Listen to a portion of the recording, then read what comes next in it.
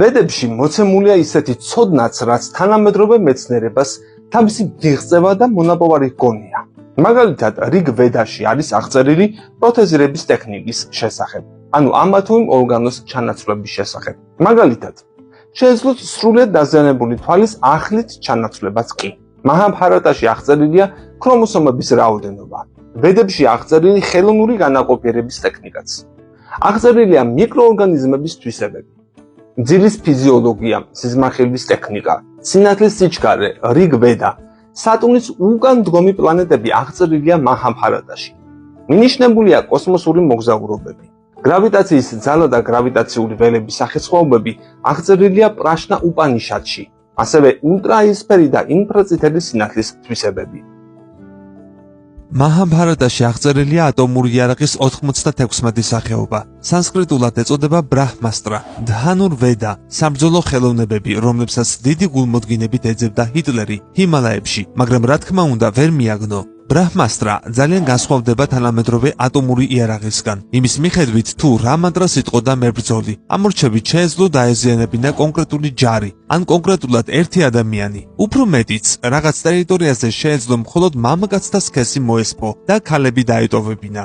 მებრძოლისთვის ქალის მოკლა დიდი დანაშაული იყო და ბრძოლებიც ბრძოლის ველზე ხდებოდა და არა ქალაქებში ან სოფლებში. რიგვედაში და რამაიანაში აღწერილია საფრენი აპარატები, ვიმანიკა, შასტრა.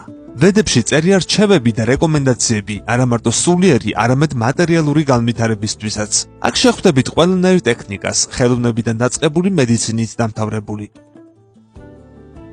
კამა-სუტრას ვედების ნაწილია და ხორციელი სიყვარულის ხელოვნება შეეხება.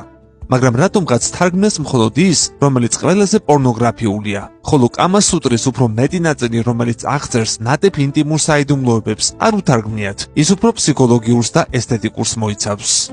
ბრაჰმანები განმოცემენ ისტორიას და საიდუმლო ეზოთერულ მნიშვნელობას, ამავე თუ მანტრის ან სხვების შეწირვისა. არანიაკები ვედების ფარული მიზანი, ფარული ძალა მოცემული სხვების შეწირვებისა. არანიაკები შეისწავლებოდა საიდუმლოდ ტყეში, მხოლოდ განდობილ მოსწავლეებზე. ანუ ეს ეხება იმ მანტრებს, რომლებიც საიდუმლოა და მხოლოდ მორალურად მაღალგანვითარებულ ადამიანებს ესწავლებოდათ. უპანიშადები მანტრების და რიტუალების ფილოსოფიური ცოდნაა. არსებობს ასევე ტექსტი, სადაც მოცემულია მოკლე ცოდნა ყველა უპანიშადზე, ანუ ყველა ფილოსოფიური ცოდნის ნაღები. და ეს ცოდნა მიუწვდომელია იმ ადამიანისთვის, ვინც მხოლოდ ტექნიკურ და მატერიალურ მხარეს ეძებს ვედებში. გამოიწერე კოდის YouTube არხი.